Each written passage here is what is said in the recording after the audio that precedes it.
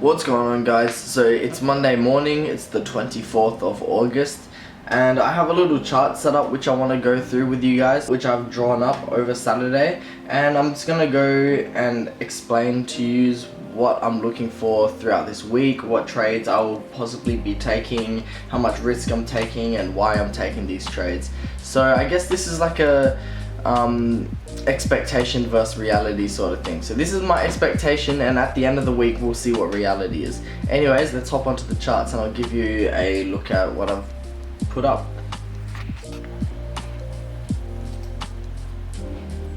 Alright, so what you guys can see here is the chart that I plotted on Saturday.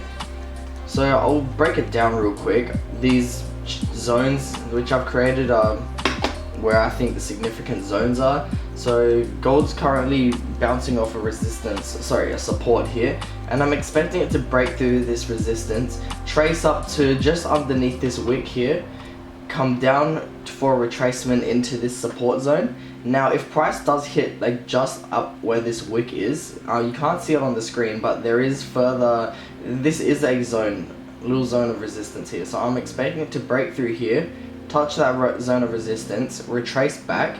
Now if it touches this resistance here, that retracement is into a Fibonacci zone, so it's the 0.5 to the 0.618 zone, which does, line up with the support. Now that's where I like to place my trades with gold. So if I see that price does do that around this green area, so these green columns which I've put in is where I believe gold will be making its big moves. So I've plotted them out, and this is where I want to focus my trading around time-wise. So I'm expecting gold to push up to this zone of resistance, retrace down into the Fibonacci golden zone and this support. I think it's going to make a big push up. There is another high here.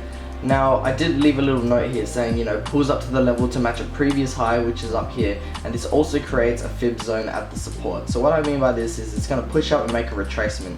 Now if it pushes up to this high and retraces down into this support, this is also, a Fibonacci level, and I'm hoping that, it makes this move somewhere in these green zones, because that's where gold likes to make its big moves, and then we're looking for a further push up to the upside.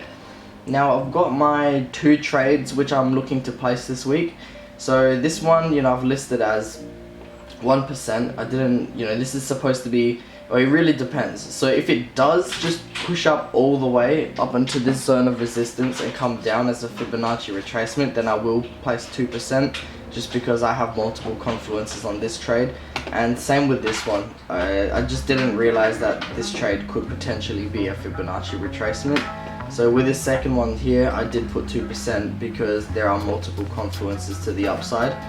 Now I'm not completely betting on gold, making bullish movements this week. I have actually plotted something here to show me what would happen, on the inverse. So what happens if gold actually drops through and can't maintain its position above this area here. So if gold does drop through, potentially what it's going to do is come up and retest and fail to break through and make a push to the downside.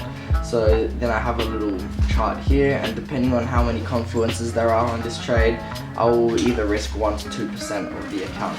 But like earlier, I do have the zones drawn in, and I'm really going to make it a focus to trade within these zones or very close to this week. So each of these zones represents a couple of hours within each day, so each zone is for each day of the trading week. But yeah, that's pretty much my breakdown on gold this week, so we'll see how it actually plays out. I'll be keeping an eye on the charts for gold this week, and just really focusing on placing one of these three trades, but we'll see how it turns out.